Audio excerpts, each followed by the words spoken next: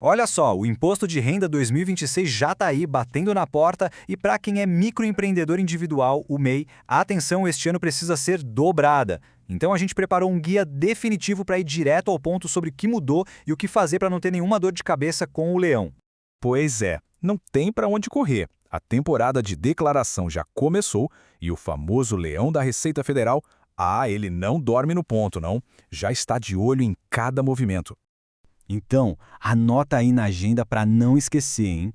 O prazo para entregar a declaração do imposto de renda este ano vai do dia 23 de março até o dia 29 de maio. Pode até parecer que tem tempo, mas a gente sabe como é, né? O tempo voa e deixar para a última hora é pedir para ter problema. Bom, o nosso roteiro de hoje está bem claro. A gente vai passar pela temporada do leão, entender quem realmente precisa declarar, mergulhar fundo no desafio do MEI este ano, fazer uns cálculos na prática, falar da novidade dos ganhos com apostas e, claro, fechar com aquele checklist para ninguém cair na malha fina. Então, para começar, vamos botar as cartas na mesa.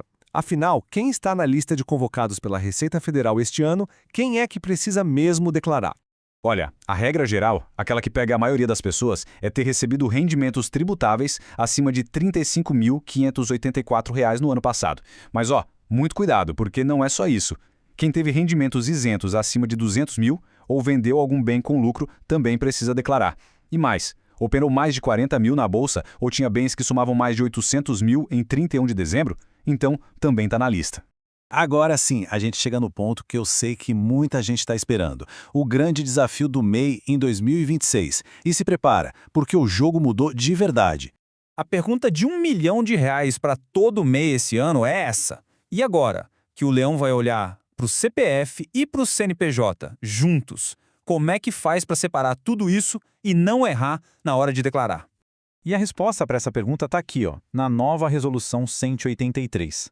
Na prática, o que ela diz é que a Receita Federal vai cruzar tudo, vai somar o que entrou no CNPJ com o que entrou no CPF, se for da mesma atividade, claro. Para quê? Para ver se o total não ultrapassou o limite do MEI. Isso muda tudo, gente. Separar o dinheiro da empresa do dinheiro pessoal nunca foi tão sério. Beleza, a regra mudou, deu para entender. Mas e na prática? Como é que faz essa conta? Como separar o que é isento do que é tributável para não dar BO lá na frente? Então, vamos lá.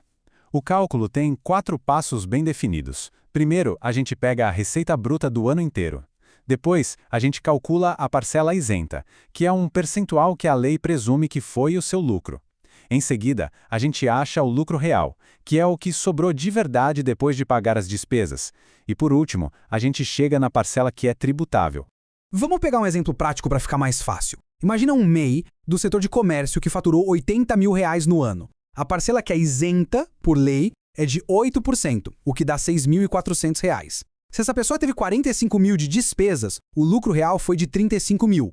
Tirando a parte isenta, a parcela tributável ficou em 28.600, ou seja, abaixo do limite. Então, por esse critério, esse mês estaria tranquilo. Agora, olha só como a coisa muda completamente para um prestador de serviços, mesmo faturando os mesmos 80 mil. A isenção aqui, pula para 32%, o que dá 25.600. Com despesas de 15 mil, o lucro real foi de 65 mil. Resultado, uma parcela tributável de 39.400. Aí já era. Passou do limite e a declaração se tornou obrigatória. E para fechar os exemplos, vamos pensar num meio de transporte de passageiros como um motorista de aplicativo. A lógica é a mesma. Com um faturamento de 80 mil, a parcela isenta é de 16%. Fazendo as contas, o rendimento tributável chega em 37.200, ou seja, de novo, acima do teto. Tem que declarar. O que a gente tira de lição desses exemplos? Que as notas fiscais das suas despesas são o seu melhor escudo.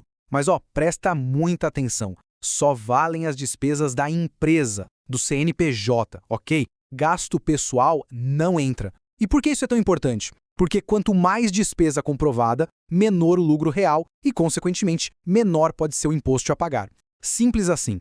Certo. Acho que a parte do MEI ficou bem clara, né? Mas calma que ainda não acabou. O Imposto de Renda 2026 trouxe uma outra novidade e essa pega muita gente. Mesmo quem não é MEI. As bets, as famosas apostas online. A regra agora é a seguinte.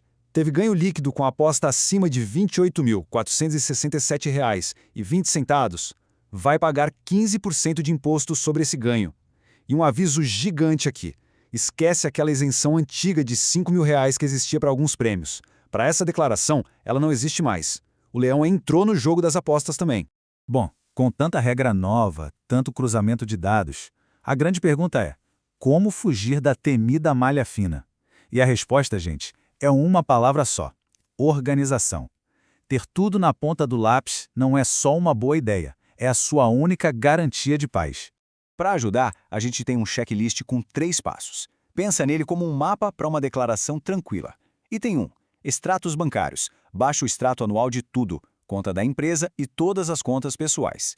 Item 2. Relatórios das maquininhas. Stone, PagSeguro, Mercado Pago, pega o relatório de todas elas. E item 3. As notas fiscais de despesa, que a gente já falou. Elas são a prova de onde o dinheiro foi. E tudo isso se resume na regra de ouro, que é muito simples, mas não dá para negociar. O que o banco diz que entrou na conta tem que ser exatamente igual ao que se declara para a Receita. 1 centavo de diferença e já acende a luz vermelha lá para o leão. Ufa, é muita informação, eu sei. E mesmo a gente explicando tudo direitinho, é normal sentir que a coisa é complicada. E o medo de errar é grande, né? E é exatamente por isso que, especialmente para quem é MEI e busca tranquilidade, contar com ajuda especializada faz toda a diferença.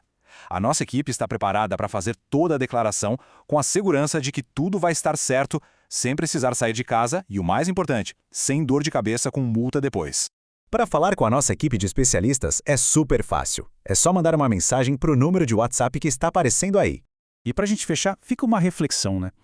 Hoje em dia, com tudo digital, com as finanças da empresa e as pessoais se misturando o tempo todo, será que a disciplina de separar uma coisa da outra não virou a principal estratégia para ficar em dia com o fisco?